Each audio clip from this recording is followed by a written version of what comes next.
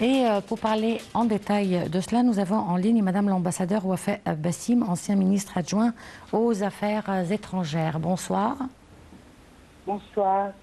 Alors, dites-nous, Madame l'ambassadeur, quels sont les défis auxquels fait face cette 78e session du Conseil des Nations Unies? Les défis sont nombreux. Peut-être c'est l'ère où la session de l'Assemblée générale sur laquelle plane un sentiment de malaise, d'inquiétude, mais qui vise par son thème principal à dissiper ces sentiments-là. Le thème général ou le thème principal sous lequel se place cette 78e session de l'Assemblée générale, c'est rétablir la confiance et raviver la solidarité mondiale. L'idée, c'est d'accélérer l'action menée pour réaliser le programme 2030 et, comme vous l'avez dit, ses objectifs de développement durable, en faveur de la paix, de la prospérité, du progrès et de la durabilité pour tout le monde. Les défis que nous voyons maintenant et qui semblent représenter un obstacle ou des obstacles à la réalisation de ces objectifs durables sont nombreux. Il y a les épidémies, nous avons les crises mondiales, nous avons les conflits régionaux différents presque partout dans le monde, surtout en Europe et par la crise ukrainienne, en Afrique, par la multitude de crises et de conflits que nous sommes en train de suivre et qui s'accroissent et qui augmentent de jour en jour, et les problèmes latents et continus du Moyen-Orient, les problèmes qui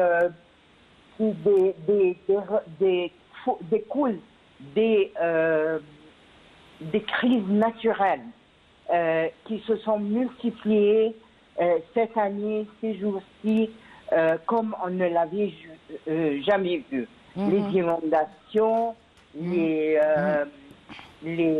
tremblements de terre.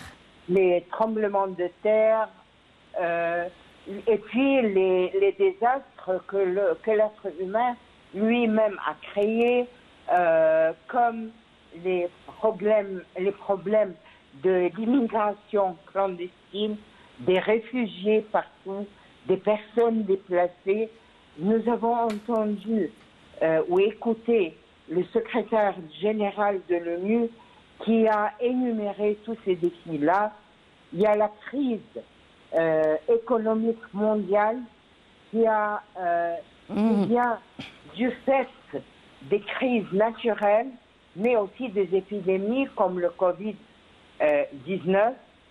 Et nous allons voir dans ce domaine-là, et aussi, n'oublions pas le discours très intéressant du roi de la Jordanie, qui a été tellement franc en parlant des problèmes des réfugiés, des personnes déplacées, et dont la seule solution serait de résoudre leurs problèmes pour qu'ils puissent réintégrer leur pays et alléger le fardeau qui existe dans les pays autres. Cette Assemblée générale, cette année, n'est pas constituée seulement par le débat général ou le discours politique, mais il y a une série de sommets, de réunions de haut niveau pendant cette première semaine de l'Assemblée générale. Nous avons un sommet sur les ODD qui s'est tenu le 18 et le 19 septembre. Nous avons, et où vous avez montré quelques parties du discours du ministre des Affaires étrangères égyptien, il y a le dialogue de haut niveau sur le financement et le développement. Nous avons aussi le sommet sur l'ambition climatique sur lequel l'enthousiasme du secrétaire général se place parce qu'il voit que réaliser les objectifs qui fait dans les différentes réunions du COP serait la voie pour réaliser une grande partie des développements, des objets ou des objectifs de développement durable. Nous avons aussi un forum, un haut forum qui va se tenir sur le combat contre le terrorisme. Nous avons une réunion de haut niveau sur la prévention, la préparation et la riposte face aux pandémies. Et finalement, il y a une réunion ministérielle préparatoire au sommet de l'avenir qui doit se tenir en 2024. D'autre part, notre ministre égyptien a présidé au nom du ministre marocain qui n'a pas pu venir pour la raison de la catastrophe qui a frappé le Maroc.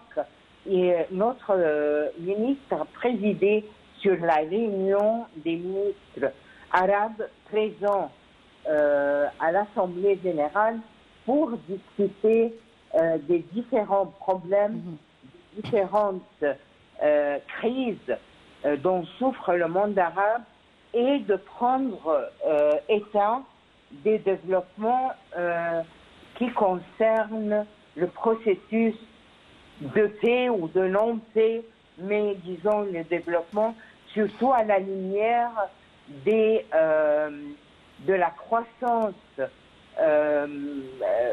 continue de la violence de l'État israélien contre les Palestiniens, que ce soit à Gaza ou dans le West Bank, dans la rive occidentale.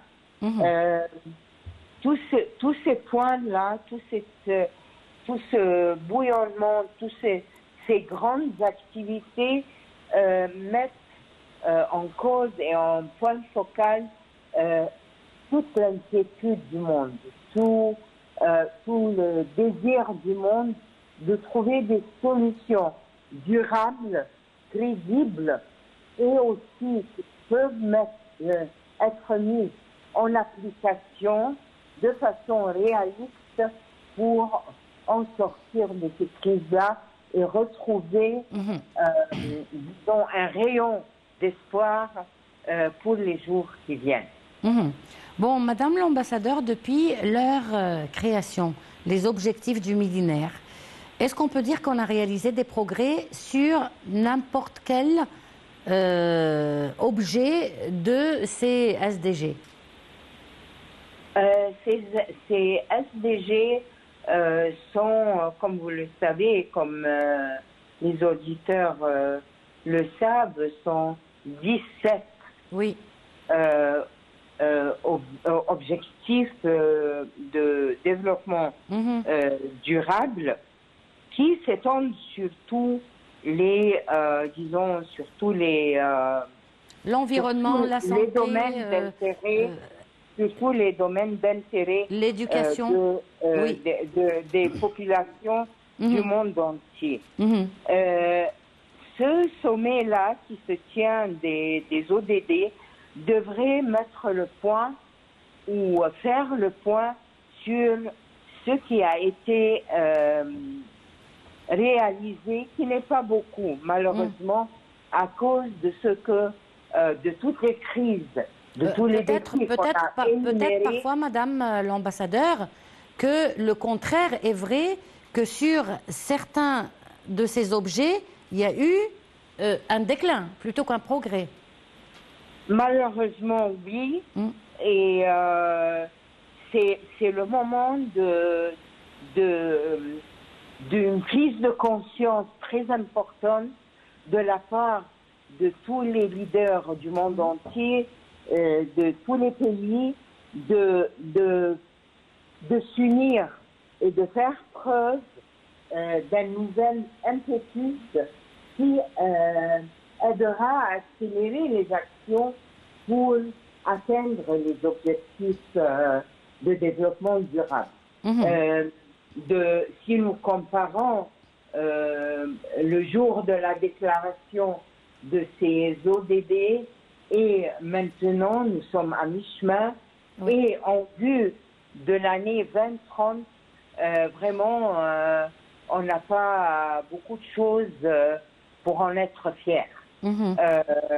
Tout ça demande une coopération universelle, internationale.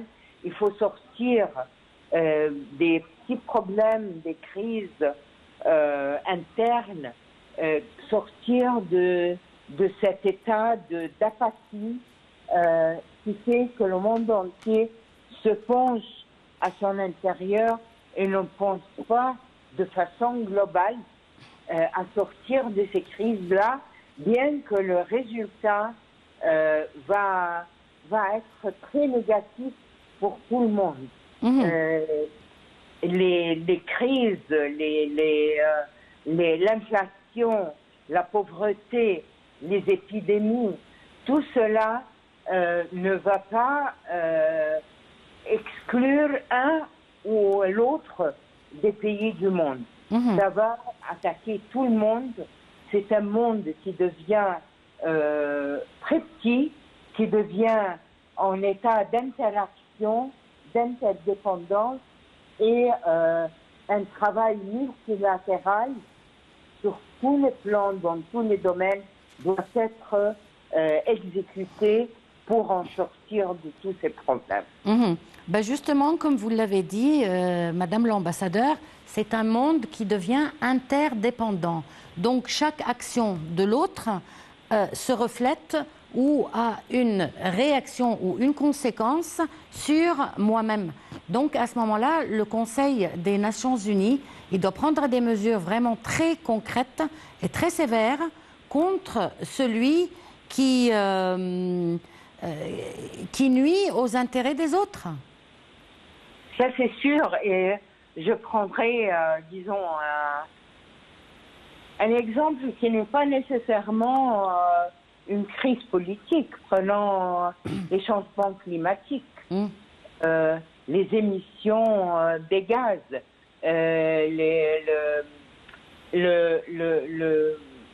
la condescence des fossiles, de l'énergie qui n'est pas, disons, on s'éloigne ou on n'essaye pas de trouver un moyen d'énergie propre qui soit renouvelable sans nuire au climat. Il y avait beaucoup d'observateurs il y a 10 ans qui disaient que les changements climatiques et leurs conséquences désastreuses, c'est de la fiction.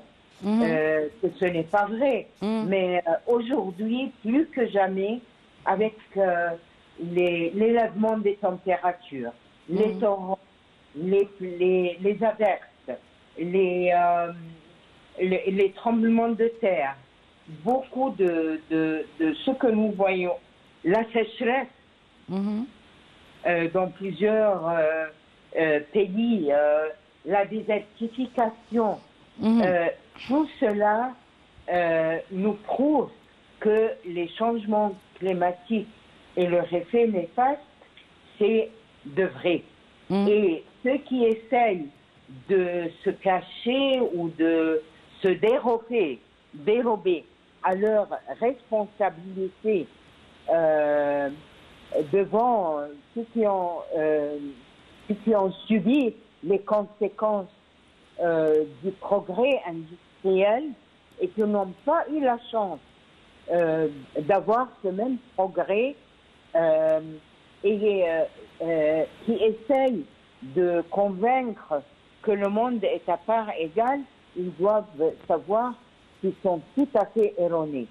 Celui qui a pu réaliser un progrès industriel, technologique aux dépens d'autres pays et à leurs propres conséquences, doit vraiment compenser. Oui, Madame l'ambassadeur, vous êtes toujours là? Oui. Ah oui. Allez-y, parce que j'entendais plus à un moment. Allez-y.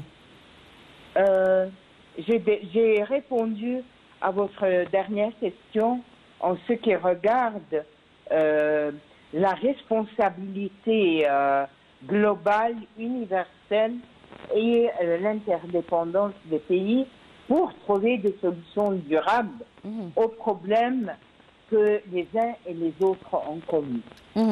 Bon, Madame l'ambassadeur, je vais vous poser une question peut-être naïve, mais c'est ce que disent au moins certains scientistes aujourd'hui.